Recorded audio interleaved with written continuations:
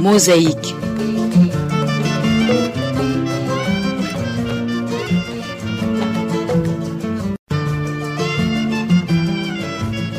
Mosaïque.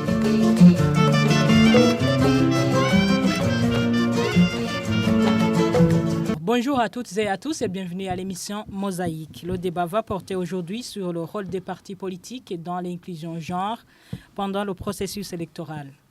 L'an 2025 était rendez-vous pour le triple scrutin, c'est-à-dire qu'on va assister aux élections législatives, communales et collinaires. Et sur base du rapport du Burundi Leadership Training Program en 2020, les femmes représentaient 19% des conseillers collinaires et 4,7% des chefs collinaires, d'où le quota de 30% des femmes n'était pas respecté, seulement au niveau des conseillers collinaires. Et selon le rapport de la Commission électorale nationale indépendante de 2020, au Parlement, les femmes occupaient 37,4% et 34,45% au niveau des conseils communaux. Toutefois, dans des postes techniques et non électifs, les femmes sont moins représentées. Alors aujourd'hui, quel est l'état des lieux de la représentation des femmes dans les postes de prise de décision au sein des différents partis politiques? Comment les partis politiques comptent promouvoir les femmes? Quel est l'impact du système des listes bloquées sur la représentation des femmes dans les instances de prise de décision? Quels sont les défis liés à la représentation des femmes et que faire pour inciter les femmes à élire et à se faire élire afin de pouvoir occuper les postes de prise de décision? Voici les questions essentielles qui vont faire objet de notre débat mosaïque préparé par la radio-télévision Isanganiro en partenariat avec Burundi Leadership Training Program BLTP en sigle. Sur le plateau, nous sommes avec 4 invités. Honorable Olivier Nkurunziza, président du parti UPRONA, bonjour et bienvenue. Bonjour, je salue tous mes collègues qui sont ici, avec qui on va partager le plateau, mais aussi on salue les téléspectateurs de la radio-télévision Isanganiro. Encore une fois, soyez le bienvenu. Merci beaucoup. Il y a également Madame Cécile Chimilimana, présidente du parti Frolina. Madame, bonjour et bienvenue. Bonjour à tout le monde, bonjour à mes amis. Encore une fois, soyez le bienvenu. Merci. Il y a également Honorable Fenias Niyigaba, vice-président et porte-parole du parti Frodebou. Monsieur Fenias, bonjour et bienvenue. Bonjour, merci de l'invitation. Je salue les collègues avec qui nous allons partager cette émission et je salue tous les téléspectateurs de la radio-télévision Isanganiro. Madame Clémence Bonounagui, experte en genre, bonjour et bienvenue. Bonjour, merci beaucoup de l'invitation. Et c'est avec une grande attente que j'espère être entendu par les autres membres, les autres citoyens burundais et à l'occasion de la présentation de cette émission. Merci beaucoup. Je vous en prie.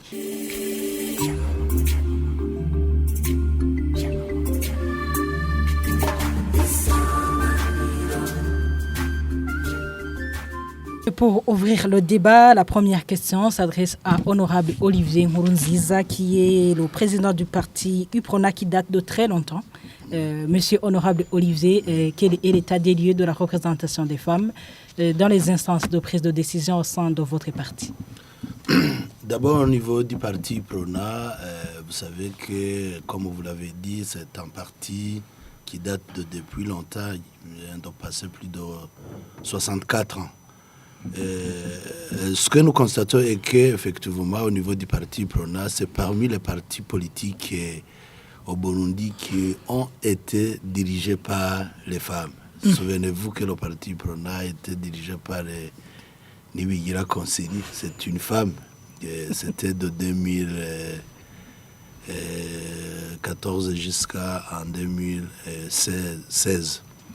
Mais aussi, ce que je peux constater, effectivement, c'est qu'au niveau des organes de prise de décision, les femmes sont là, dans les organes, parce que les organes de prise de décision, c'est le comité exécutif, c'est le comité central du parti UPRONA.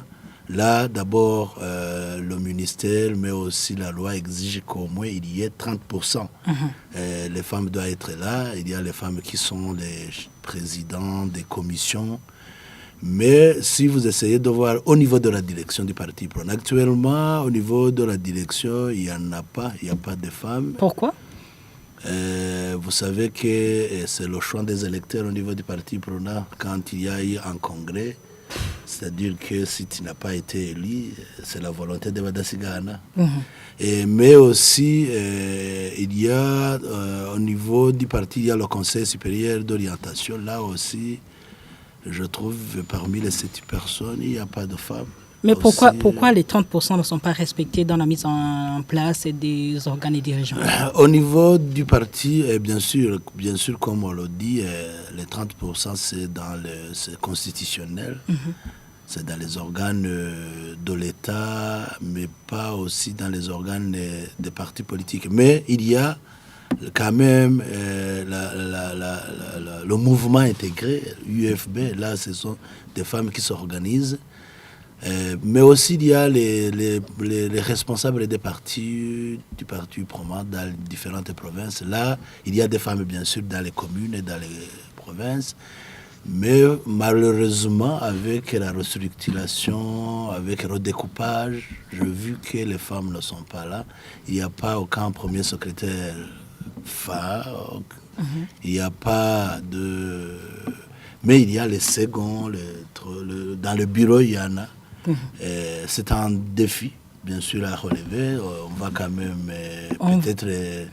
dans cette émission, évoquer le pourquoi. On va évoquer. Mais je suis en train de voir. Mais au niveau du parti PRONA, les femmes sont là. C'est eux qui ont commencé à réclamer. Vous avez combien de femmes au sein de votre parti politique? Au niveau, compter les membres dans les partis politiques, c'est difficile. Parce que ça sera difficile. Mais dans les instances de décision ou dans les organes, c'est facile de compter. Je viens de le dire. Dans le bureau exécutif, nous sommes à peu près 80.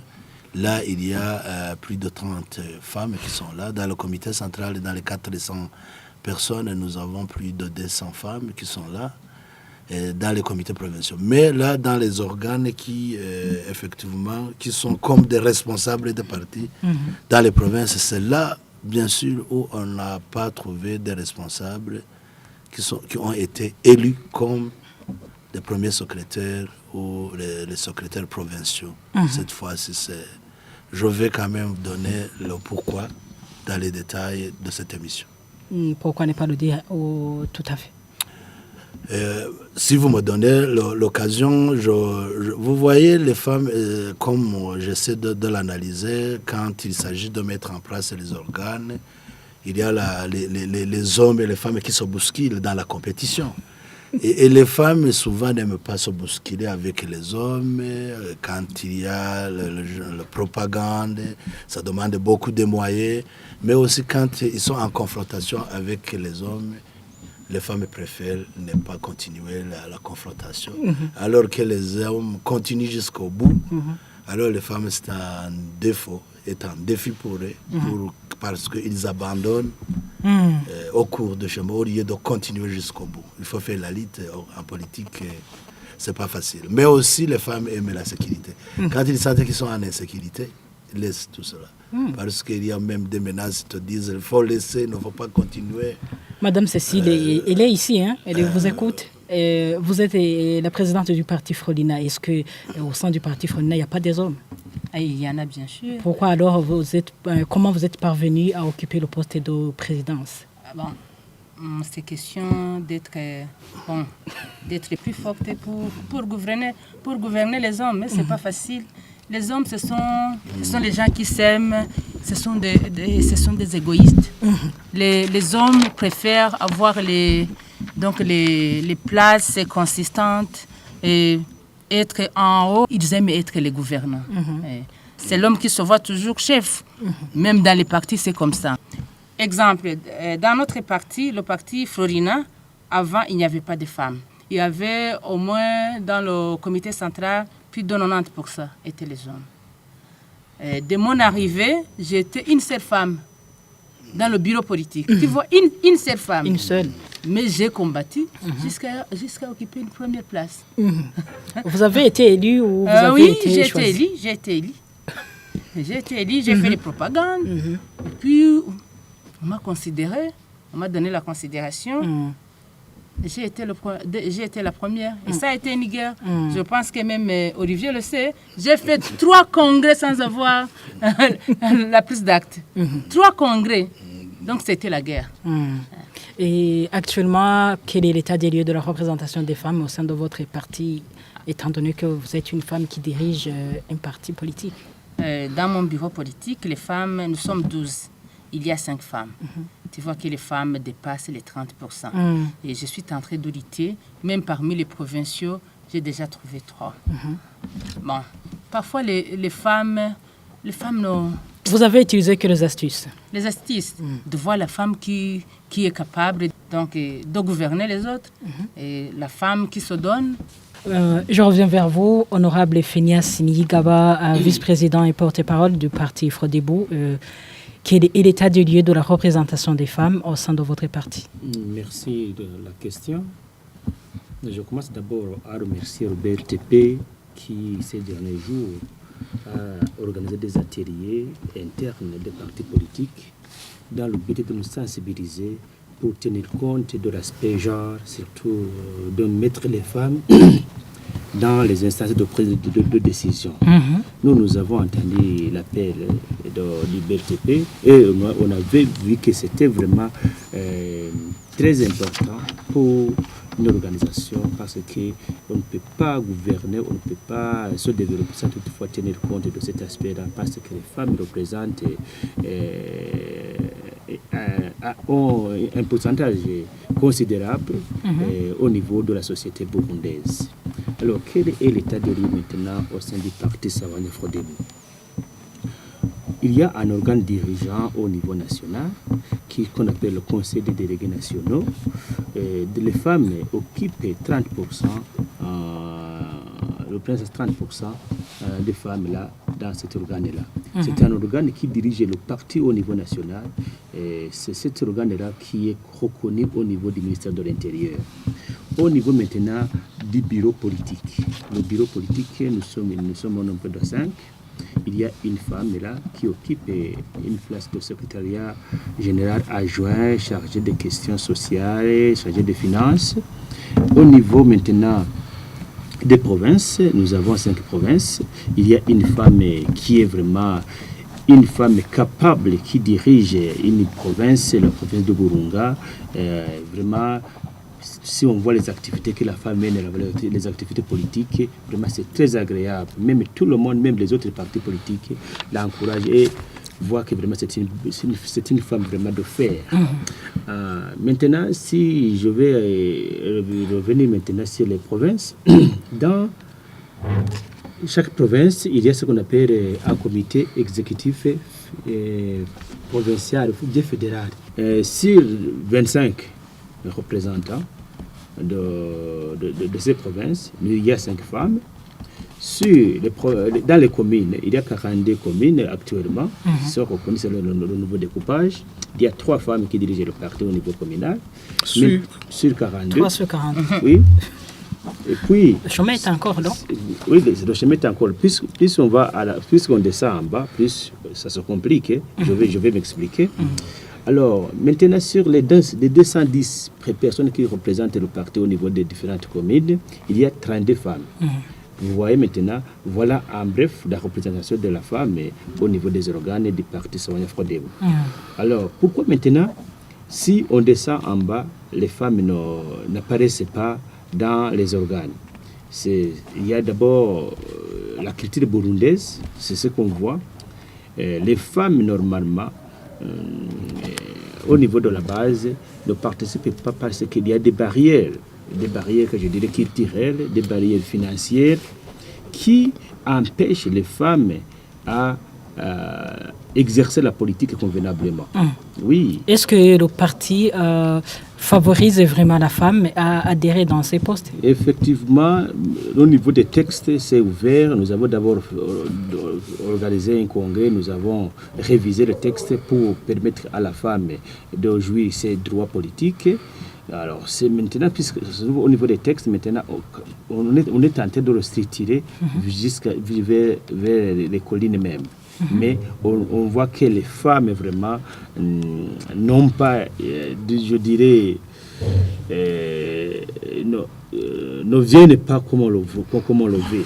Mais nous espérons, nous continuons la sensibilisation parce que dans le parti, il y a ce qu'on appelle un organe qui gère les femmes, qu'on appelle OFESOD, Organisation des femmes démocrates, et continue à faire des sensibilisations. Mais nous voyons que maintenant, les femmes, dans les réunions que nous organisons actuellement, nous voyons maintenant les femmes viennent d'une façon massive et nous allons maintenant les intégrer dans les organes. Puisque dans les réunions que nous organisons, nous voyons que les femmes participent beaucoup. Selon les évaluations que nous faisons, on voit que maintenant la femme commence à voir que être membre d'un parti politique, ça peut la permettre à s'exprimer, ça peut la permettre à exercer la politique, ça peut même la permettre à donner des contributions à la vie du pays. Je reviens vers vous, Madame Clémence Bounounagué, experte en genre. Quelle est votre analyse par rapport à la représentation des femmes dans des postes de prise de décision, que ce soit au niveau des partis politiques ou au niveau du gouvernement? Merci beaucoup. La première chose que je dirais, c'est que pour ce qui est des avancées que nous avons actuellement en rapport avec la participation des femmes dans les instances et postes de décision, les avancées que nous avons actuellement sont dues à la loi. La loi, c'est la clé pour ouvrir la participation des femmes aux postes de décision. Parce que nous avons constaté que là, par exemple, où il n'y avait pas de femmes du tout, où il y avait seulement donc une présence symbolique de femmes, quand la loi a été disponible, eh bien, on a vu des femmes occuper ces postes. Et je donne un exemple. Avant, par exemple, 2005, on avait continuellement 1 ou 2 femmes ministres. Même quand on avait 16 femmes ou 26 femmes au gouvernement, c'était toujours 1 ou 2 femmes. Mais dès que la Constitution de 2005 a institué un quota d'au moins 30% de femmes, on a eu au moins 8 femmes membres du gouvernement. Et ces femmes-là n'ont pas été moins compétentes que les hommes. Et quand on a eu la loi, le code électoral de 2009, alors qu'avant cette loi, on avait peut-être 1 ou 2 femmes, c'était 2 femmes administrateurs qui avaient, je pense, été élues avec l'avènement de son Excellence le président Dadaye. On avait, je pense, 2 femmes administrateurs. Dès que la loi a institué les 30%, on a eu au moins 30% de femmes administrateurs. Donc, pour moi, la loi est là. Lorsque la loi est là, même les barrières culturelles sont d'une certaine façon amoindries. Parce qu'avec la disposition de la cooptation, même si on n'a pas ce pourcentage à l'issue des élections, la cooptation permet de combler les lacunes qui sont là. Et plus les femmes sont en place, plus elles deviennent confiantes et plus elles donnent des exemples aux autres qui, peu à peu, osent se présenter aux élections. Et ainsi, on a même eu les élections, je pense, de 2015, où on n'a pas eu besoin de cooptation. Parce que les femmes étaient, dès qu'il y a une loi qui leur permette de se dire « je peux être élue parce qu'au moins nous avons un nombre de femmes qui sont là parce que la loi le prévoit comme ça ». Mais au niveau collinaire, par exemple, où on n'a pas cette disposition, on a commencé avec un pourcentage de 4,7%. On est encore à 8% actuellement. Après combien de législation, après combien de processus électoraux. Mais à votre avis, pourquoi la persistance de cette sous-représentation des femmes malgré l'instauration de ces au moins 30%? En fait, je pense que actuellement, la représentation des femmes progresse. Si on considère par exemple au niveau de l'Assemblée nationale, au niveau du Sénat, on a plus de 40% par exemple à l'Assemblée nationale et au Sénat aussi actuellement. Au gouvernement, on a les 30% tout autour. Mais le problème est justement ça aussi, ça ne reste jamais constante et l'évolution n'est pas constante non plus. Et c'est pour cela que nous demandons, en tant que militants des droits des femmes, nous demandons qu'il y ait la parité. Parce que s'il y a la parité, il n'y aura pas d'oscillation. Est-ce qu'on doit demander ou on doit militer pour en avoir? Mais on milite pour. On milite pour, mais aussi longtemps qu'il n'y a pas la loi, eh bien, ceux qui ont le couteau en main, en Kirundi, on dit est-ce qu'il y a une loi qui favorise les hommes moins que les femmes? Non, il y a une loi qui dit au moins 30% de femmes. Déjà, moi, je dirais, si j'étais législateur, aucun sexe ne doit aller en deçà de 30%. Si je gardais les 30%. Que ce ne soit pas les femmes qui soient désignées comme ne devant pas être moins de 30%. Pourquoi spécifier au moins 30%? Non, c'est déjà la formulation qui montre que les femmes doivent être un nombre inférieur. Je pense que la révision de la loi devrait aussi voir cela. Donc, malgré le fait qu'il y a cette loi, ceux qui ont le couteau à main, comme je disais, entre guillemets, eh bien, ils se disent il faut... Nous ne sommes pas obligés de dépasser les 30%. Et même quand les 30% sont dépassés, des fois, ce n'est pas sur la volonté, nécessairement, de ceux qui font les listes électoraux. Est-ce qu'il doit y avoir une volonté ou c'est une compétition? Vous savez, la compétition peut être vraiment mise mal en point par les barrières. Les femmes, il y en a qui sont vraiment compétitives. Il y en a qui luttent. Nous avons des témoignages de femmes qui ont fait le combat vraiment autant que les hommes, mais qui se retrouvent toujours reléguées. Au plus, s'ils ont plus, c'est la deuxième position. Vous voyez par exemple la loi, donc au niveau de la loi, on dit sur les 3 personnes qui se suivent sur la liste, il doit y avoir au moins une femme. Mais la femme, généralement, se trouvera où? À la 3e position. 3e place, 6e place, 9e place. Jamais, très rarement, 1re place. Et là, ça diminue déjà le nombre de femmes qui vont se retrouver sur la liste selon le nombre de personnes que le parti va avoir. Comme vous parlez de la liste, je reviens vers vous, Monsieur Honorable Olivier Nkurunziza, président du parti PRONA. Le système des listes bloquées au sein du parti politique a quel impact sur la représentation des femmes? Bon, le système des partis, des listes et des bloqués dans les partis politiques, d'abord, il faut savoir que c'est venu pour d'abord résoudre le problème des quotas ethniques, probablement pour voir, mais aussi des quotas des femmes.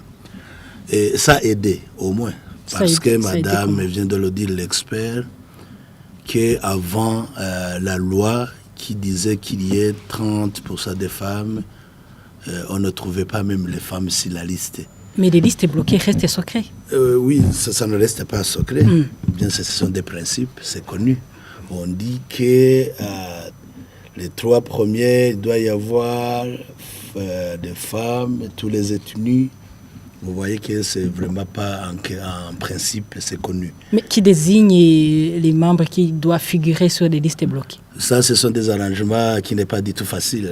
Ouais. Par exemple, pour les provinces, il faut voir comment les comités se mettent ensemble pour voir celui qui peut drainer les voix. D'abord, qui peut drainer les voix, mais aussi effectivement une personne d'ocalisme qui doit être élue. Et les femmes sont là. Mais dans ce cas, ça ne peut pas être en défaveur des femmes.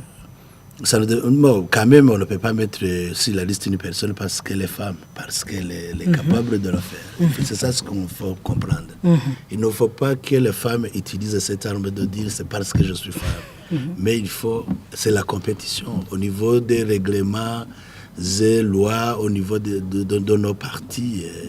On ne limite pas les femmes, même si ça sera plus de 40, de 60%, ça sera mieux. Mais qu'est-ce qu'il faut entendre? Comme on l'a dit, il y a effectivement les barrières comme on l'a dit, la culture burundaise, les femmes, si vous essayez d'analyser, si par exemple au niveau des provinces ou au niveau des communes, si tu ne trouves pas les femmes qui sont les premiers secrétaires qui dirigent le parti au niveau des communes, il faut s'attendre qu'au niveau même des listes, si ce n'est pas la loi qui va les contraindre, que ça ne sera pas facile. Mais aussi les moyens, parce qu'en politique, ça demande beaucoup de moyens, la limite des moyens, parce que c'est celui qui sera porteur de voix, il va aussi utiliser pas mal de moyens qu'il va utiliser. Les femmes ont des limites des moyens surtout. Ça, c'est vraiment ce que nous disons, ce que nous avons constaté. Mais aussi, au niveau, ce manque de moyens qui limite les femmes pour être les têtes de liste dans les provinces. Et ça aussi, ça peut aussi être un des causes qui fait qu'au niveau des listes, on trouve que les femmes, au lieu d'être les têtes de liste, sont aussi deux en second lieu. Et autre chose est qu'effectivement, il y a des préjugés qui sont là. Vous savez, dans les années passées, dans les années d'avant, les femmes qui ont été en politique, les préjugés ont donné la connotation aux femmes que ce sont des femmes impolies, ingales, qui changent de comportement au lieu de continuer de respecter leur mari dans les foyers, qu'effectivement, les femmes, il y a des femmes qui n'ont pas été modèles, et cela, ça a causé. Et les hommes ont peur. Ce que j'ai vu, les femmes qui ont pu réussir, ce sont des femmes qui ont été accompagnées par leur mari en politique. Si votre mari t'accompagne, te soutient, tu arrives plus haut, je n'ai pas de doute que si ni t'étais ton mari, te soutenait, Madame Cécile, être présidente du parti, ça ne sera pas du tout facile. Madame Cécile, êtes-vous du même avis que l'honorable Olivier? Pas totalement. Lorsqu'il parle, donc les femmes ingales, il y a même les hommes, lorsqu'ils n'ont pas d'argent, ce sont des hommes. et lorsqu'ils ont des postes consistants, ils changent même de femmes. La question d'être ingare, tu ne peux pas le dire. Donc, il est partout. Même les hommes, il y a les hommes qui changent suivant leur poste. Même il y a les femmes qui ont des postes et qui respectent leur mari. Exemple comme moi. J'ai dit que ce sont des préjugés. D'accord, des préjugés. Ce n'est pas du tout une réalité. D'accord, des préjugés. Madame Cécile, quel est l'impact des listes bloquées sur la représentation des femmes au sein de partis politiques? D'abord, avant de répondre à cette question, je vais revenir sur la question des quotas et la question de dire que les femmes doivent avoir au moins. Si on dit au moins, on dirait que c'est une faveur. On dit que nous n'avons pas droit à avoir les 30%. Vraiment, quand même, il faut que les femmes puissent nous mettre ensemble donc pour réclamer nos droits. Nous représentons plus de 50%. Tout à fait. Normalement, nous devrions avoir au moins 50%. Alors, où est-ce que vous êtes sur le terrain? Nous sommes, toi-même, tu as entendu, les femmes doivent avoir au moins 30% de la représentation. C'est le minimum. Le minimum, au moins. Mais on n'a pas dit plus de 30%. Mais ils peuvent dépasser même ce niveau. On va dépasser avec les hommes. Avec la compétition. Avec la compétition. Où seront les hommes? Avec leur égoïsme. Donc pour les listes, ils vont mettre première place un homme, deuxième un homme, troisième, une femme.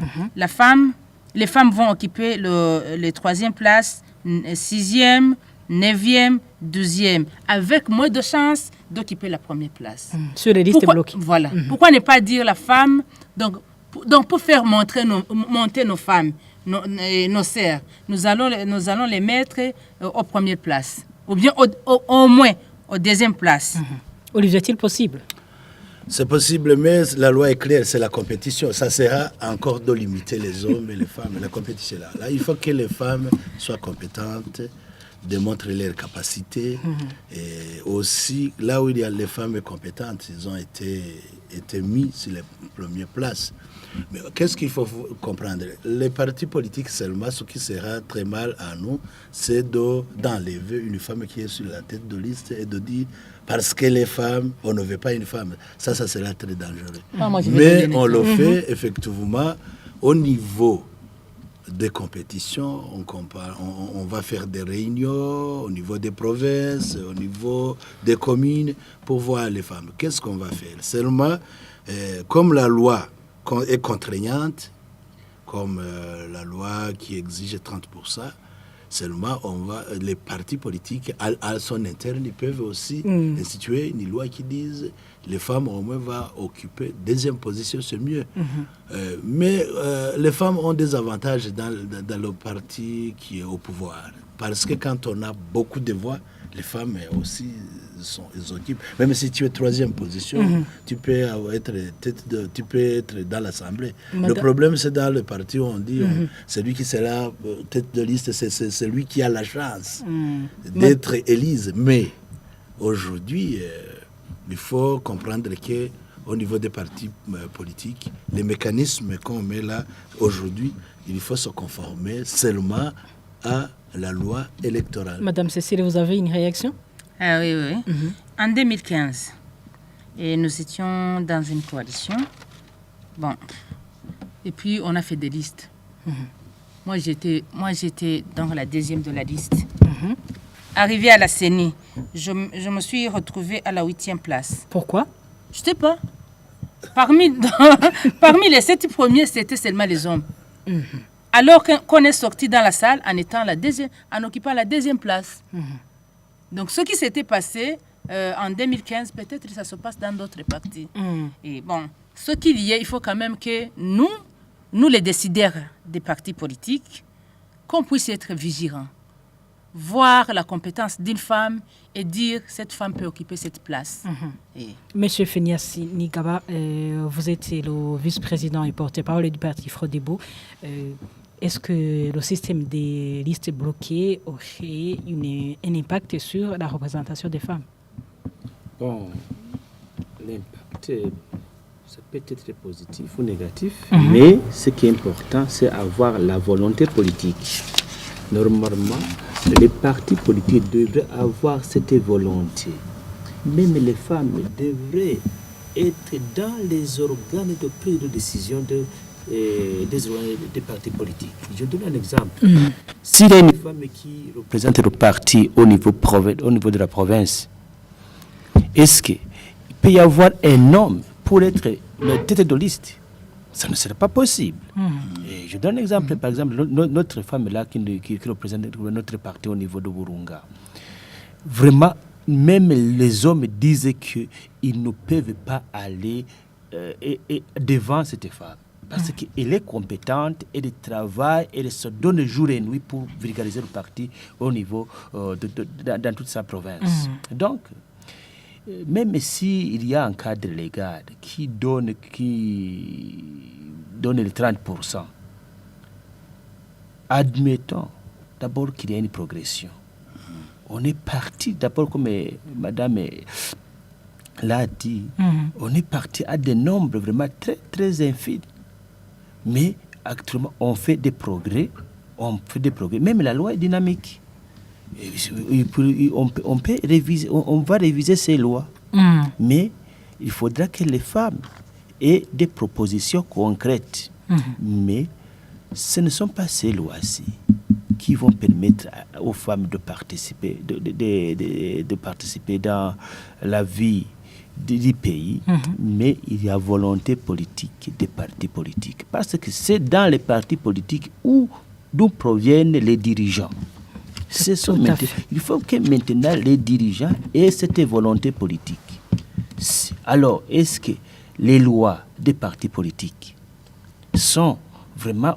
favorisent vraiment la participation de la femme dans la vie politique? Les statuts, le règlement de l'intérieur, est-ce que vraiment dans les plans stratégiques, est-ce que vraiment on a prévu vraiment des dispositions qui permettent à la femme de s'épanouir politiquement dans le parti? Il faut maintenant entrer dans ces lois-là et mettre des dispositions qui permettent à la femme d'être considérée dans les postes de prise de décision, d'abord au niveau du parti. Puisque si elle occupe un poste stratégique au niveau du parti, c'est déjà l'ouverture ça prépare déjà la femme à faire la compétition. Puisqu'on va organiser des réunions, la femme sera là.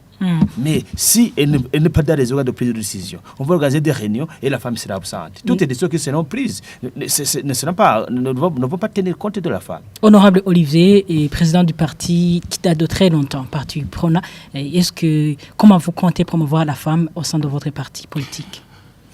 C'est ça, ce que j'avais évoqué, c'est de mettre en place des lois contraignantes au sein des partis politiques. Parce que au niveau des statuts, au niveau des règlements d'ordre intérieur, des différents organes du parti, il faut mettre des dispositions qui aident la femme, effectivement, de participer dans ces organes de décision. Dire par exemple qu'au niveau du parti Prona, c'est ce qu'on va faire, comme la direction est composée par 3 personnes, qu'au moins dans les 3 personnes, il y ait une femme. Ça, ça serait une disposition qui va aider. Et que dans les 5 provinces, qu'au moins dans les 30% soient là. Là, il faut intégrer toutes ces lois qui favorisent les femmes d'être effectivement dans les statuts. En dehors des statuts, la volonté ne sera pas du tout facile. Parce que dans les partis politiques, il y a les compétitions, il y a même des confrontations. Au niveau du parti, là, chaque fois, quand il y a ce genre de compétition, de mettre en place, il y a les gens qui font des compétitions, qui font des combats internes. Alors, il faut donner la chance et la protection des femmes. Mais aussi, ce que j'insiste, ce n'est pas seulement parce que les femmes, il faut aussi que les femmes participent dans la vie politique. Il faut que les hommes aussi accompagnent les femmes dans la vie politique. Parce que ce que j'ai constaté, les femmes abandonnent facilement. Quand il y a la compétition interne, quand il y a la confrontation, les femmes préfèrent la paix et disent, au lieu de se chamailler avec celui, j'abandonne. Et voilà, au niveau de la facilitation, quand ils trouvent une faille pour résoudre un problème. Madame Clémence Ounag. D'abord, je voudrais faire une précision. Parler de la volonté politique, c'est d'abord cet esprit de réviser ce cadre légal. C'est ça la volonté politique. En plus, il faut qu'il y ait un environnement propice qui permet à la femme de s'épanouir politiquement. Normalement, les femmes n'aiment pas travailler dans un environnement où il y a vraiment où on discute beaucoup, où il y a de l'insécurité, où il y a des tiraillements. Normalement, les femmes sont paisibles. Donc, il faut créer cet environnement maintenant qui permette à la femme de s'épanouir politiquement. Madame Clémence Bonounagui, experte en genre, quelle est votre analyse par rapport à l'instauration du système de listes bloquées au sein des partis politiques? Merci beaucoup. Je pense qu'à un certain moment, les listes bloquées c'était une nécessité parce que les listes bloquées permettaient effectivement d'avoir un mécanisme pour le respect de ces considérations ethniques, de ces considérations de genre. Ce système a quel impact sur la représentation des femmes au sein des partis politiques? J'en ai déjà dit un mot. Le système des listes bloquées, la façon dont il est conçu, met la femme à une certaine position qui n'est pas favorable, mais la met quand même là-bas. Donc, le premier impact qui est positif, c'est que la femme est quand même sur la liste. Et il y a un progrès parce que avant, on parlait de 4 personnes qui se suivent. Maintenant, on parle de 3 personnes, mais j'ai déjà exprimé justement de quelle façon la femme est lésée à ce niveau-là. Et il y a un autre camarade là, de l'UPRONA qui a dit vraiment, si ce n'est pas la liste qu'il impose, il est difficile de favoriser les femmes. Le combat est trop dur. Et effectivement, vous voyez que c'est la loi qui revient toujours comme une ouverture pour la participation des femmes. Et quand on dit il faut pas on ne met pas la femme sur la liste seulement parce qu'elle est femme. Nous ne demandons pas qu'on mette la femme sur la liste parce qu'elle est seulement femme, mais parce qu'elle est militante parmi les autres. Et nous avons constaté que les femmes sont compétentes quand elles sont dans les postes. Ça, c'est quelque chose qui a déjà été constaté. Mais comment elles vont y arriver pour montrer justement cette compétence, puisqu'elles sont bloquées au départ? C'est justement ce problème-là. S'il n'y a pas une ouverture pour que les femmes entrent et montrent ce qu'elles valent, on ne va pas le voir du tout. Et c'est pour cela que la loi doit vraiment leur permettre d'entrer dans ces postes, et on va voir. Et si la loi est là, je pense que même les partis politiques vont nécessairement ouvrir l'œil et chercher des femmes compétentes, parce qu'ils seront obligés de les mettre là. Nous allons revenir sur la proposition des solutions. Et je rappelle que le débat mosaïque continue sur Isanganiro. Il est centré sur le rôle des partis politiques dans l'inclusion genre pendant le processus électoral.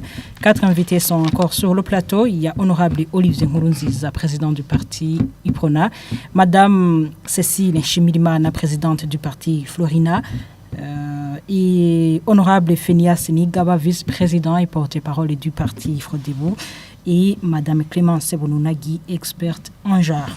L'article 108 du Code électoral du 5 juin 2024 stipule que l'Assemblée nationale compte au moins 100 députés, à raison de 60% Hutus et 40% Tutsis, y compris un minimum de 30% de femmes, élus au suffrage universel, direct sur base des listes bloquées. Monsieur Olivier, est-ce que cette représentation des femmes est-elle suffisante? Vous savez, effectivement, comme vous posez cette question, on ne dira pas que c'est suffisante, mais au moins ça donne la considération à une femme. Vous savez qu'avant, n'était cet article qui donnait la position de la femme dans l'Assemblée même, ils étaient moins de 10%.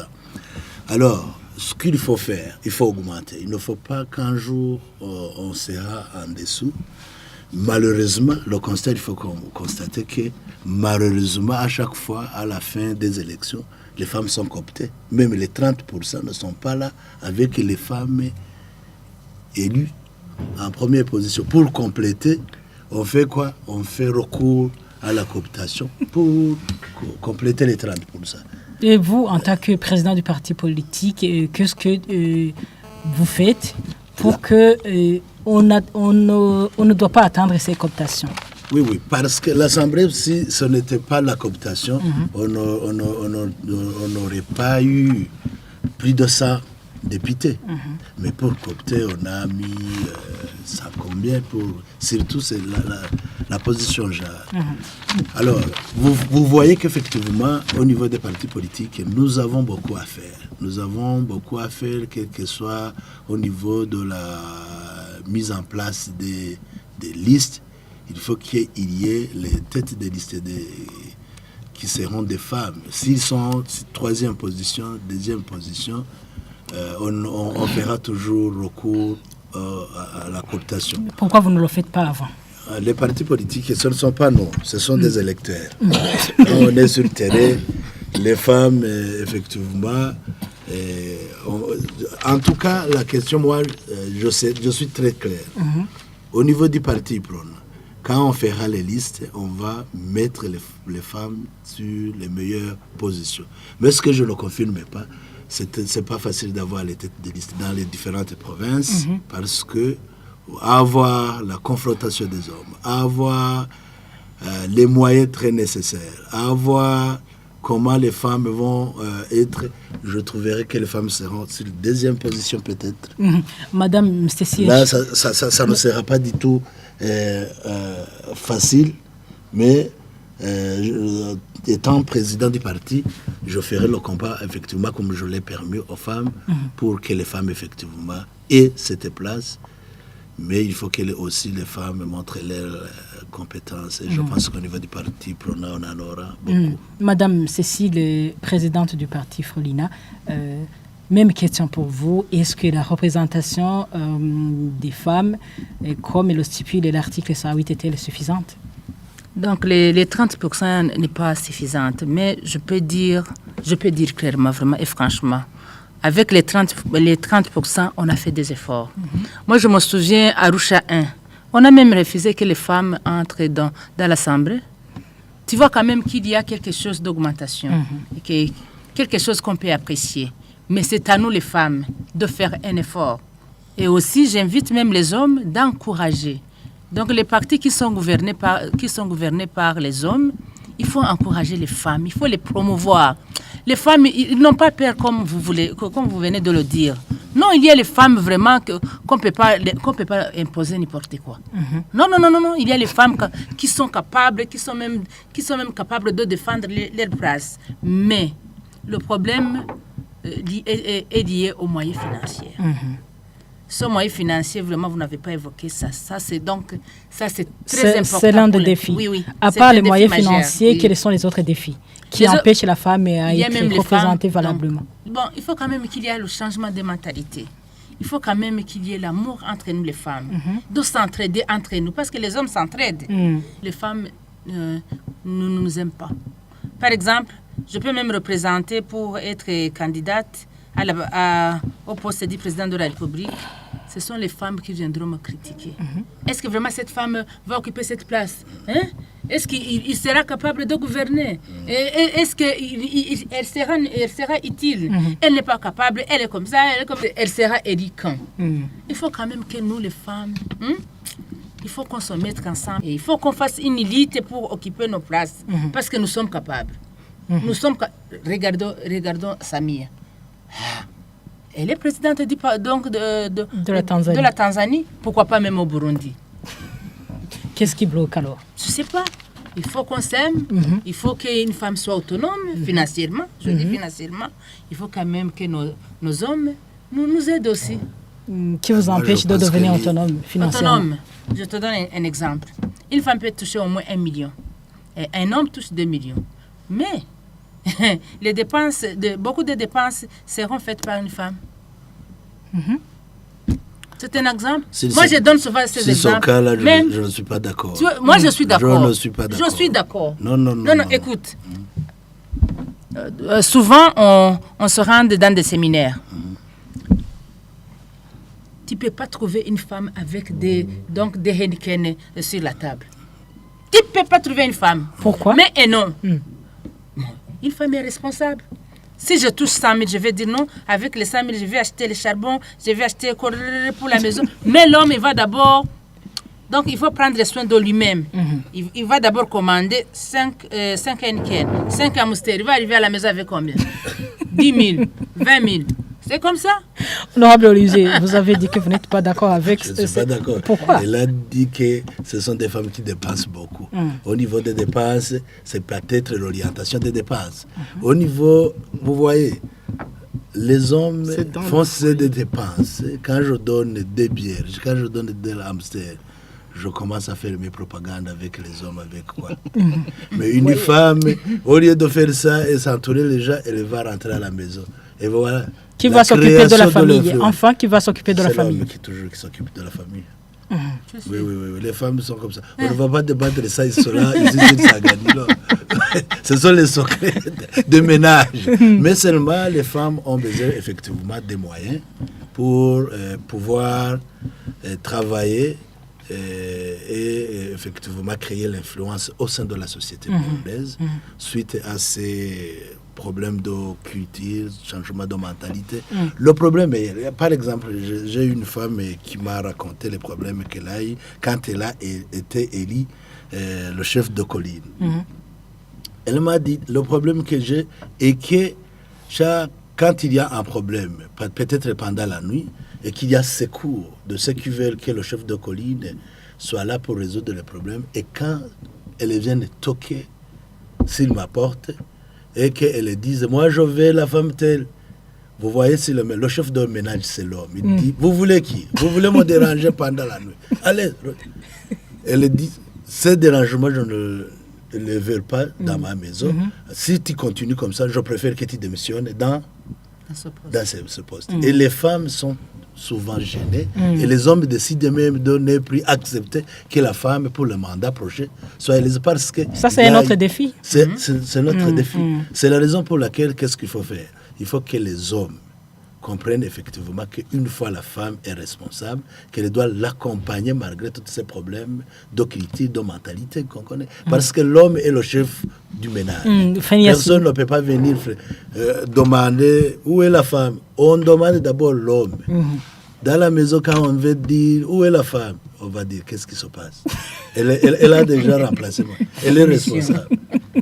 Et quand on est sur le marché, quand on fait la sortie et qu'une fois vient saluer, mes chefs, à quoi tu es à côté de l'homme, il se sent minimisé. Il dit, tu commences à devenir la femme plus que moi, alors tu deviens homme plus que moi. Alors, ce problème de mentalité, il faut que les hommes aient cette éducation pour comprendre qu'effectivement, si une femme est responsable. Ok, je reviens vers vous, honorable Fenias Niyigaba, vice-président du parti Issaouania Frodebo. Quel est votre point de vue par rapport à la représentation des femmes comme consigné dans le code électoral, article 108? L'article 108, elle est claire. Elle dit qu'il y a 30% au moins. Donc, si on dit au moins, normalement, ça n'empêche pas que les femmes puissent être à 50, même à 60, à 80%. Donc, il ne faut pas aller en dessous de 30%. Maintenant, la loi a fait une ouverture. C'est aux femmes maintenant et aux hommes d'en profiter. Qu'est-ce qui empêche? Quels sont les défis liés à la représentation des femmes? Je dis ceci, il faut qu'il y ait une masculinité positive. Parce que, normalement, les hommes, nous les hommes, nous voulons chaque fois être au-dessus des femmes. Dans la prise de décision surtout. Surtout quand on voit dans les foyers, là c'est vraiment très, très, très grave. Vous voyez que les femmes, celui qui prend la dernière décision, c'est l'homme. Alors, normalement, il faut qu'il y ait changement de mentalité. Lorsqu'on voit une femme en politique, il ne faut pas qu'elle soit, disons, donnée à une telle connotation. Surtout, on dit que quand les femmes sont en politique, elles ont un mauvais comportement, ainsi de suite, ainsi de suite. Non, il faut qu'il y ait un changement, il faut qu'il y ait une évolution au niveau des hommes, nous. Parce que si on ne change pas, ça ne permettra pas même à la femme de s'épanouir politiquement. Il faut maintenant encourager, même en voyant que même son époux a changé. Puisque si la femme est encouragée, ça sera très facile. Mais si elle va au poste et qu'elle revient à la maison et qu'elle trouve vraiment qu'à la maison il y a un problème, chaque fois, elle va dire que je ne préfère pas, disons, détruire mon foyer, je préfère abandonner. Donc, mais si l'homme l'encourage, ça doit même encourager les autres femmes. Alors, les grands défis maintenant, les femmes ne sont pas solidaires. Ça, vraiment, je l'ai vu et je vais vous donner des exemples concrets. Moi, j'étais à l'Assemblée nationale dans la législature de 2005 à 2010. On a remplacé fait honorable Immaculée pour des raisons que je ne peux pas dire ici. Mais il fallait maintenant qu'on amène une autre personne pour la remplacer. Femme ou Femme. Normalement, ça ne devrait pas être femme. Mais ce qui est étonnant, c'est ce que je dis. Nous étions dans l'hémicycle de Kigobe. Il y avait beaucoup de femmes, plus de 35%. Personne n'a osé dire ça. Parce qu'il y avait peut-être que les hommes... Non, il fallait même dire qu'il fallait donner la candidature. Il fallait même dire que la femme doit être remplacée par notre femme. Même les hommes, nous n'avons pas osé. Voilà. Donc, vous voyez que cette question-là, ce n'est pas seulement pour les femmes, mais même pour les hommes. Normalement, vous voyez que même les femmes ne sont pas solidaires entre elles. Au niveau culturel, vraiment, il y a même vraiment des proverbes là qui sont vraiment très mauvais et qui découragent la femme. Dango Kazibika, Isaki Hari, vous voyez, c'est pour... Sénégaba, que faire alors pour que la participation des femmes soit effective? La femme là n'a pas de moyens palpables sur elle. Si on parle de femmes, il ne faut pas seulement voir des femmes, ces femmes qui se trouvent là, ici, à Bujumbura. Allez au niveau, là, sur les collines.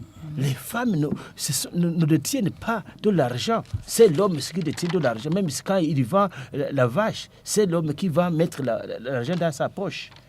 Alors, vous voyez que la femme, là, n'a pas...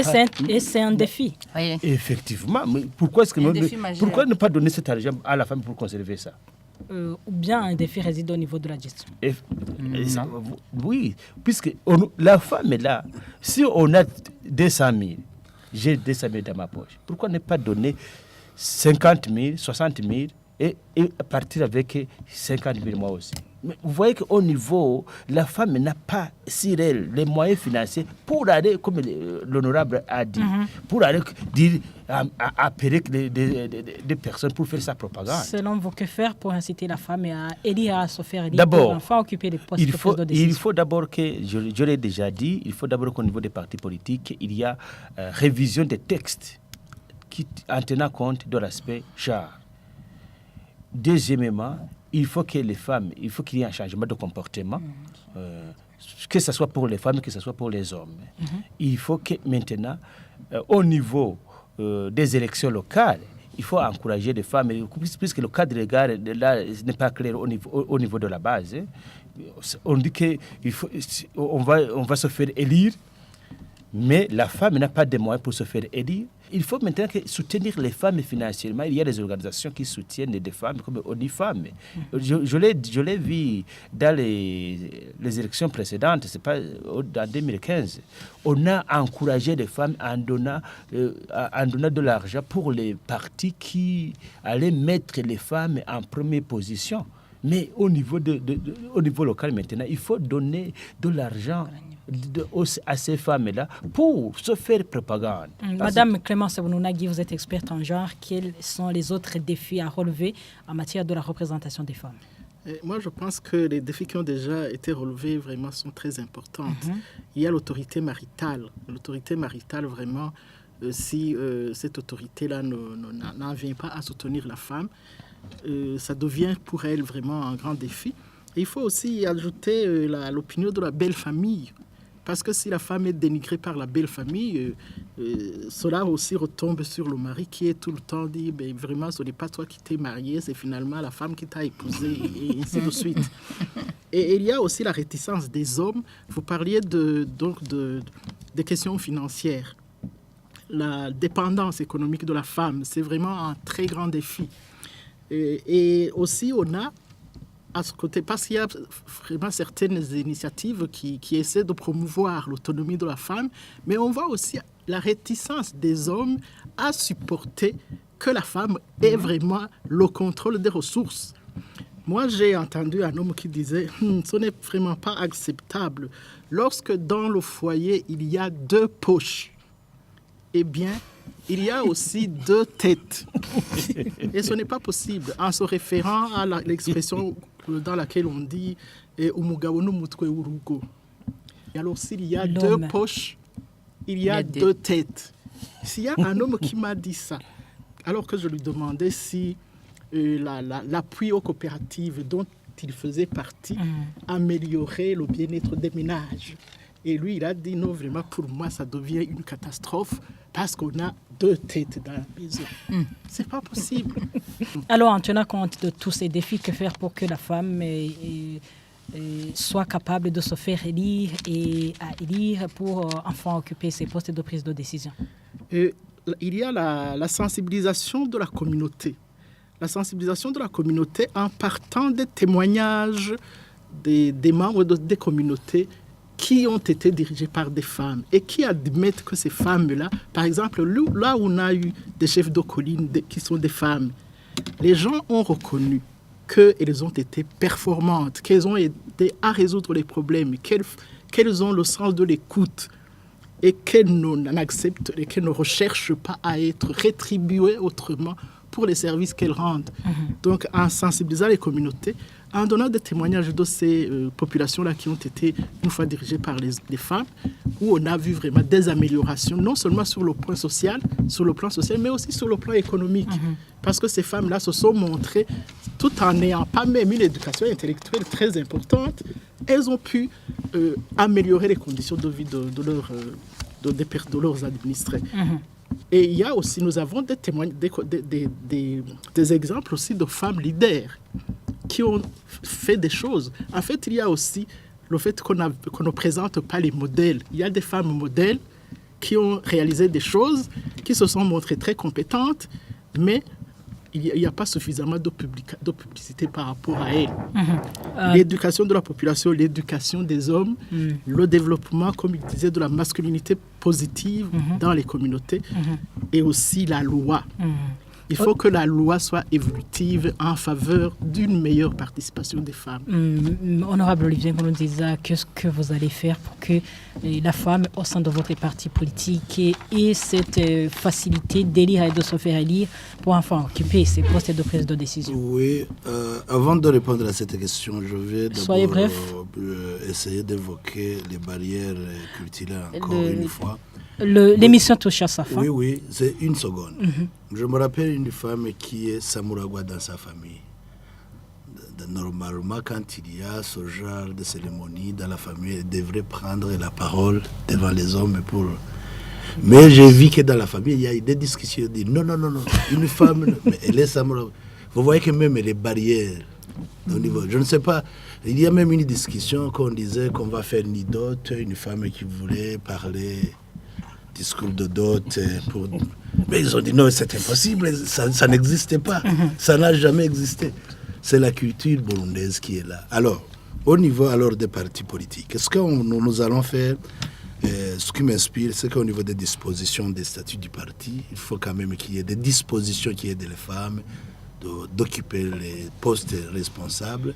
Là, ça se fait dans les congrès. Alors, on va essayer d'influencer pour que les femmes soient là. Moi aussi, je me rappelle que quand je faisais le congrès en 2021, nous avons demandé aux femmes d'être le secrétaire général. Elles ont eu peur d'occuper les postes. Il faut encourager les femmes pour ne pas avoir peur. Et cela, c'est à partir de la famille.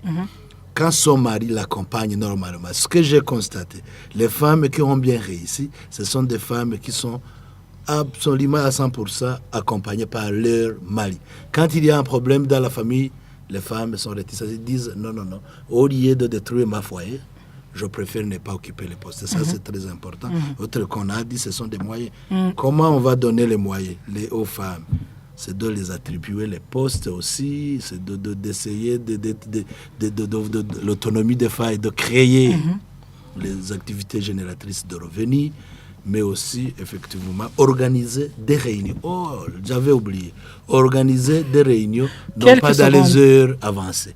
Parce que quand vous organisez les réunions dans les heures avancées, qui se terminent même à minuit, à combien, les femmes ne vont pas accepter parce que souvent des décisions se prennent la nuit. Madame Cécile parce que Madame Cécile a dit qu'elle était cette deuxième position, mais qu'à la fin, elle s'est retrouvée c'était ces réunions. Madame Cécile Nshimirimana, qu'est-ce que vous allez faire pour enfin promouvoir la femme au sein des instances de prise de décision? D'abord, il faut qu'il y ait un changement de mentalité pour les femmes. Il faut les sensibiliser. Il faut les sensibiliser et les montrer des exemples qu'ils peuvent être des personnes très considérables dans des partis. Il faut aussi mettre les dispositions qui aident les femmes à se faire élire dans les instances de prise de décision. Aussi, il faut les inciter à travailler, à fournir beaucoup d'efforts, à travailler, à se mettre dans des coopératives pour qu'ils soient autonomes. Voilà, alors c'est par ici que prend fin l'émission Mosaïque d'aujourd'hui qui était centrée sur le rôle des partis politiques dans l'inclusion genre pendant le processus électoral. Et sur le plateau, nous étions avec 4 invités. Honorable Olivier Nkurunziza, président du parti UPRONA, merci de vos interventions. Merci beaucoup, c'est moi qui vous remercie. Merci également à vous, Madame Cécile Nshimirimana, présidente du parti Florina. Merci beaucoup de m'avoir invité. Merci. Merci à vous, Honorable Phineas Niyigaba, vice-président et porte-parole du parti Sawanya Frodebu. Je vous remercie et je vous dis que le parti Sawanya Frodebu fera tout pour faire la promotion de la femme. Enfin, merci à vous, Madame Clémence Ebonunagi, experte en genre. Merci beaucoup pour m'avoir invité et ce sera toujours pour moi un plaisir et un honneur de donner de cette façon ma contribution à la promotion des droits des femmes. Merci. Au revoir, passez un bon moment. Les programmes continuent sur Isanganiro. Mosaïque.